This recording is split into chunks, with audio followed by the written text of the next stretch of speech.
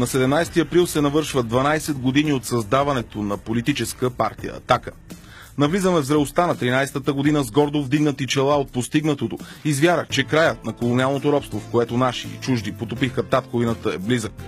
Когато преди 12 години Волен Сидеров поведе българските патриоти в битката за суверенна България, националният флаг беше удобно забравена реликва.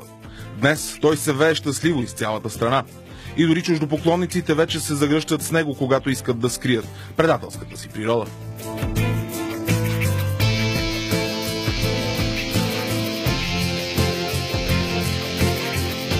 Пътеводител, първопроходец, ледоразбивач. Това беше „Атака” през последните 12 години от историята на нашата нация. „Атака” първа призова да си върнем България. „Атака” първа извика долу ДПС. „Атака” първа поиска да се сложи край на потурчването на цели региони от родината. И днес, като част от коалицията Обединени патриоти, партия „Атака” сложи прът в колелото на протурската партия ДОСТ. Патриотите се превърнаха в първата политическа партия, която измества ДПС от ролята на балансьор в новата ни политическа история.